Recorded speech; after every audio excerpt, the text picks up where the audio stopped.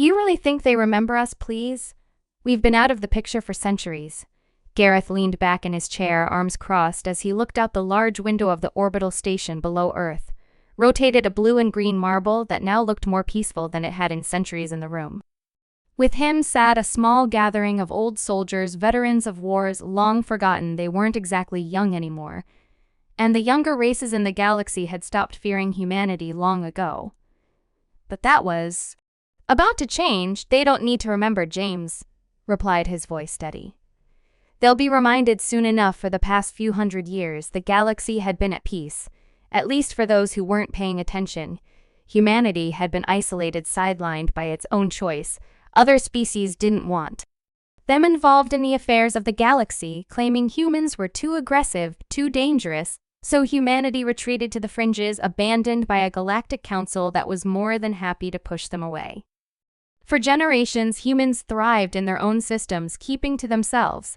But while they were forgotten, the galaxy had fallen into disarray. Alliances crumbled, disputes between species grew heated, and the balance of power shifted. The Catherine Dominion, an empire of Replian aliens, was on the verge of conquering half the known galaxy. They ruled with an iron fist, obliterating any opposition and enforcing their will with ruthless efficiency. And that's when the calls started coming in. At first, it was just whispers, a few desperate ambassadors from weaker species quietly asking if the humans still had their legendary fleets.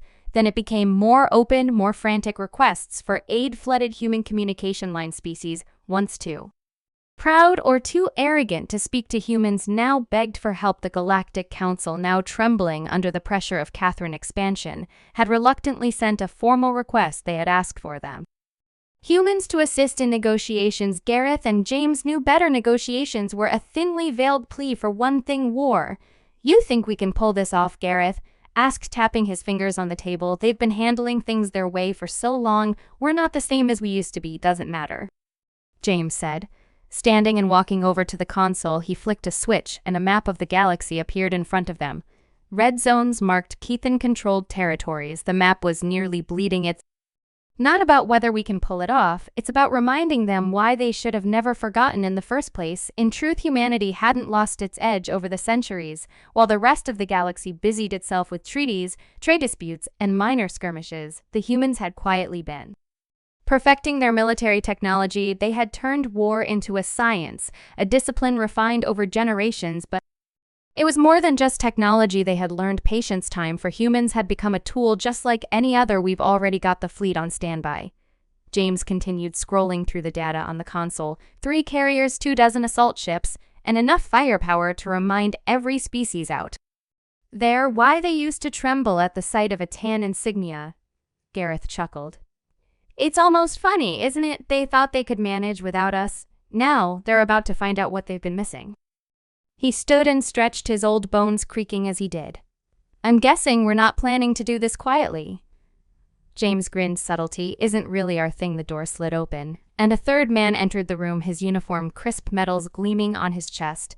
He was younger than the others, but his presence commanded the room immediately. Captain Marcus, a rising star in the newly revived Tehran fleet, had been hand-picked to lead the charge. We're all set, Marcus said, standing at attention. The council has officially authorized the mission. We're greenlit for full deployment. Full deployment? Gareth raised an eyebrow. They're that desperate? Marcus nodded. The KRO and just took over another system.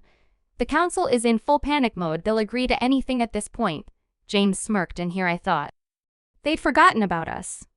They tried, Marcus said, but some things you just can't forget. The room was silent for a moment, the weight of what was about to happen hanging in the air. They all knew the significance of what they were about to do. It wasn't just about defending the galaxy from the Kethan. This was about showing everyone that humanity hadn't gone soft, that the forgotten power of Earth still loomed over the galaxy, waiting for the right moment to strike. Gareth broke the silence with a low whistle. So we're really doing this? Back into the fold after all this time? James clapped him on the back. Looks like it. And what happens after? Gareth asked. Once we remind them who we are. Marcus glanced at the map. We'll cross that bridge. When we come to it, the sound of boots echoed down The Hala soldiers began to board the ships. The entire station buzzed with the energy of preparation of old veterans shaking off the dust and young recruits stepping into the legacy they had been told about since childhood. James watched as the first of the assault ships detached from the station, its engines glowing blue as it prepared to join the fleet. It's funny, he said, they wanted to leave us behind, thought they could handle everything on their own now when they're on the verge of collapse. Who do they call? Gareth laughed. I guess there's only so long you can ignore the people who wrote the book on warfare. As the ships began to line up one by one in perfect formation, the hum of engines filled the room. The old Terran and insignia, the simple star and sword, adorned the side of every ship, a symbol that had once inspired fear and respect in equal measure. It was about to do so again. We've been quiet long enough, Marcus said, staring out at the fleet. Let's remind the galaxy what happens when humanity steps back into the fight. And with that, the first ship leapt into hyperspace, leading the way to a war that would make the galaxy remember. The Kian fleet hung in space like a constellation of predators, each ship bristling with weapons and shields that had crushed hundreds of civilizations. Their leader, High Marshal Kesh, stood on the bridge of the largest dread, surveying the battlefield with a mixture of boredom and contempt. The Galactic Council's desperate attempts to mount a defense were pitiful patchwork fleets of smaller species, barely holding the line. They sent more of these insects. Kesh growled, his reptilian eyes narrowing as the Council's ragtag fleet shuddered under another barrage. He turned to his second-in-command, whose scales shimmered nervously under the ship's lights. They did, High Marshal, the officer replied, but we've detected something else. An unknown fleet just entered the system. We're running scans now, but it doesn't match any known patterns. Kesh's eyes gleamed with interest for the first time in days. Unknown, you say? Yes, sir. It's large, very, very large. The ship configurations are unfamiliar, but they're advancing quickly. Kesh stepped forward, staring at the holographic map. The Catherine had crushed everything in their path, but unknowns were rare, especially now when so few dared to challenge their dominance. He watched as the mysterious fleet approached the front lines, moving with precision and speed. His claws tapped the metal railing. Send a hail, he ordered. Let's see who's foolish enough to challenge us. Moments passed, and the communication officer glanced up, confusion plastered across his face. No response. Sir, they're not even acknowledging our signal. Kesh grinned, baring sharp fangs. They'll regret that. Just then, the tactical officer's eyes widened as his console flared to life with warnings. High Marshal, enemy ships are locking on to us. I don't understand. They've bypassed our jamming fields completely. Kesh snarled, his earlier amusement fading. Impossible. No fleet has that capability. Before he could give the order to fire the first volley from the human fleet hit massive kinetic rounds, smashed into the KRON ships, with surgical accuracy shattering shields and tearing through hulls as if they were paper. Explosions lit up the battlefield, and entire sections of the Krone's forward line disintegrated in a matter of seconds. On the human flagship, Captain Marcus watched the carnage unfold with a steady gaze around him. The command crew worked efficiently, executing each command with the precision of well-rehearsed muscle memory. They didn't celebrate or cheer. This wasn't a time for that. The humans had no need for grand speeches or bravado. This was war, and war was what they were born for. How are the Catherine reacting? Marcus asked, his voice calm. Just as we expected, one of the officers replied. They're scrambling, trying to reorient their forces, but we've already broken their formation. Marcus allowed himself a small nod. Good, keep the pressure on their flagship, cut off their command structure. Gareth, sitting at a secondary station, glanced at the tactical display. You know, I almost forgot how effective we are at this. That's the problem, James said from across the room. They forgot too. The humans moved with precision that bordered on brutal efficiency. The Catherine, unprepared for an assault of this magnitude, scrambled to regroup, but their forces were already fractured. Every time they tried to reorganize, another human barrage would shatter their lines, leaving chaos in its wake. On the Keithan flagship, Kesh's rage was boiling over. Return fire, destroy those ships now. He barked, his claws digging into the command panel, but even as he shouted the orders, he knew something was wrong. The humans were outmaneuvering them at every turn, striking at their weak points with frightening accuracy. High Marshal, our systems can't lock onto their ship. One of the officers yelled, they're jamming technology. It's far beyond anything we've seen. Kesh slammed his fist against the console. I don't care how advanced they are.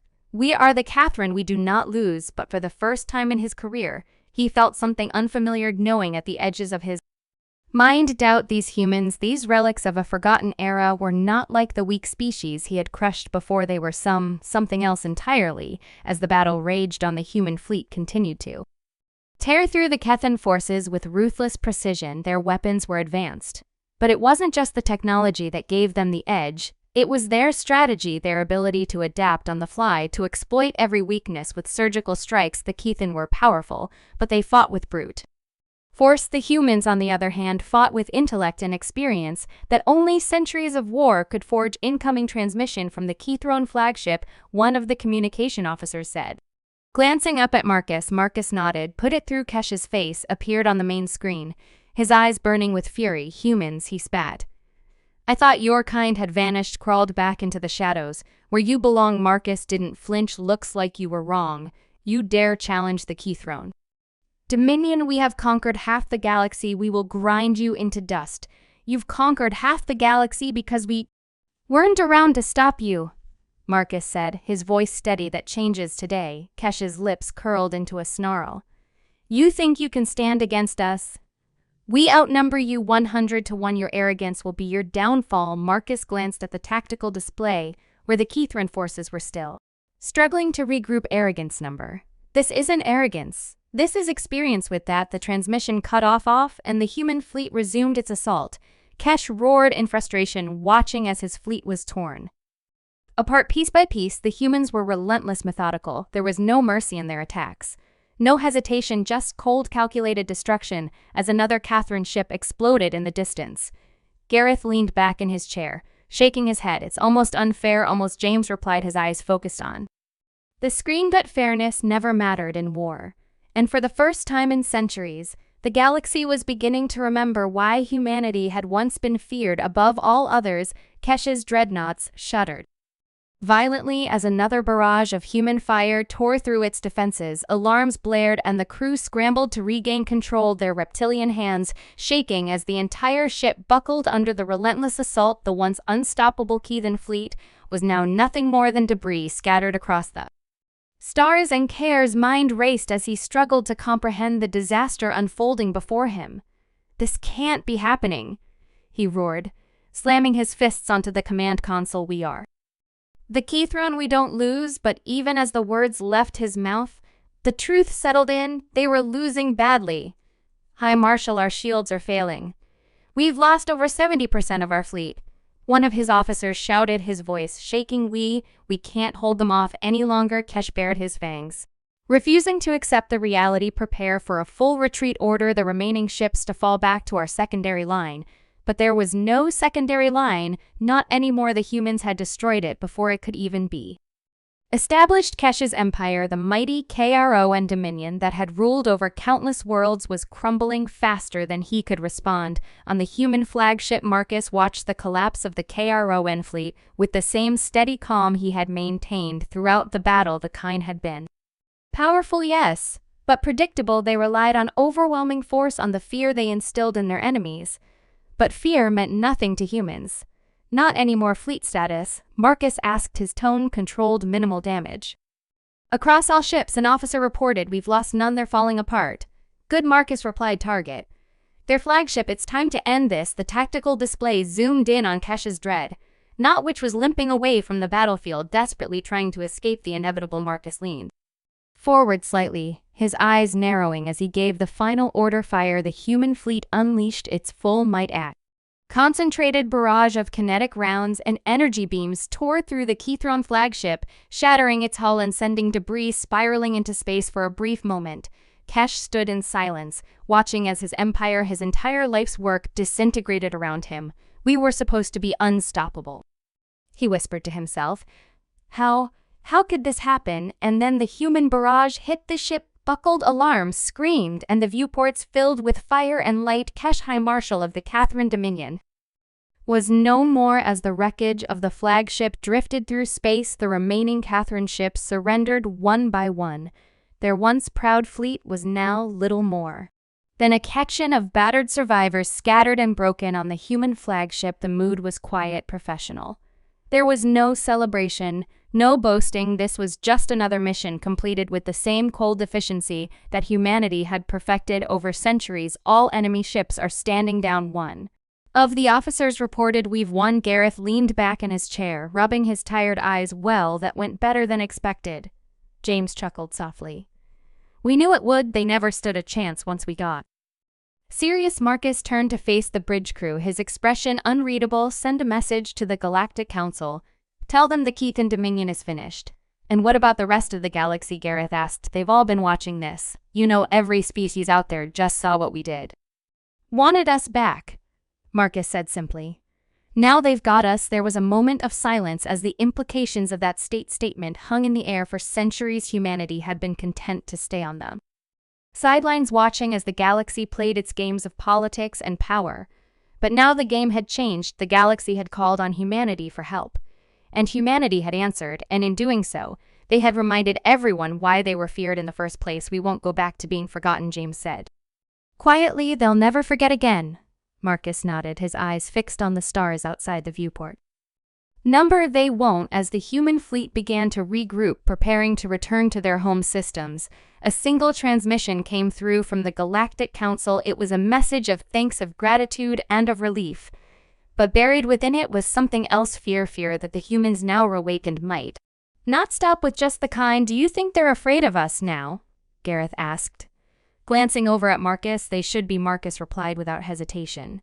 "We didn't come here to conquer, but now they know what we're capable of, and they'll think twice before ever sidelining us again." The fleet continued its quiet retreat into hyperspace, the debris of the Keen fleet left behind as a stark reminder to the galaxy humanity had returned, not as conquerors, but as a force to be reckoned with, a forgotten power that had just proven it could still turn the tide of any war. Gareth stretched and yawned.